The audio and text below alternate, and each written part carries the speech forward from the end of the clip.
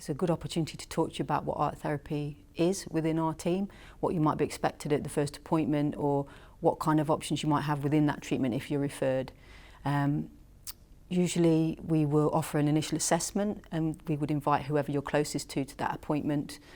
We get a sense of what kind of support you've got outside of our service, and we might work with a range of agencies that are already working with you to make sure everybody's on a similar page about the support you need. So sometimes that might mean that the art therapist would work with your foster carers, or with if you're not in foster care, with your parents, or with the school that you're in. It might be that there's a significant person, a grandparent or somebody else that looks after you that we need to talk to support you the best we can. And it might mean that I meet with you initially, but then I would spend time with your significant person for a number of weeks to support the work that we're going to offer for you when it comes the right time to offer you that work.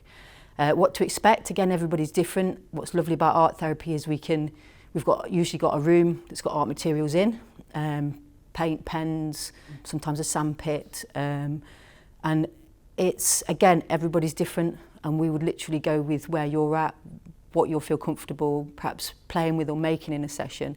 There's usually a time to talk about what you've made and think about what that object or picture means to you.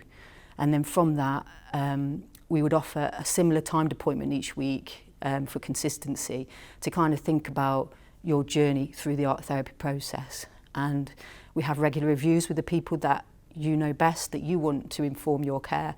They would be invited, if you're happy for that to take place, and think about how we best help you at that review, and how many more sessions you need, or where we go from there.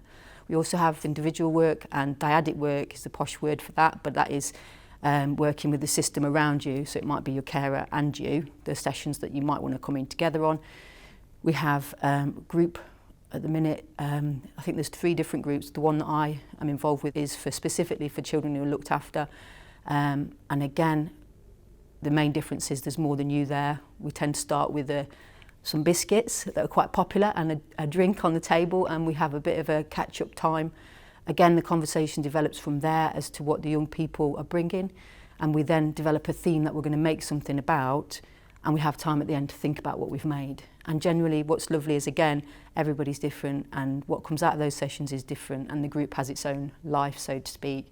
And what's lovely, we've had some recent feedback, again, is to see people, the things that they want to change that they might find difficult, see how that changes over time, and see maybe something as small as they're more confident, or they're smiling, or it might be a big deal. It might be that suddenly they're finding school easier to manage, or suddenly they're able to settle within a family and feel like it's theirs.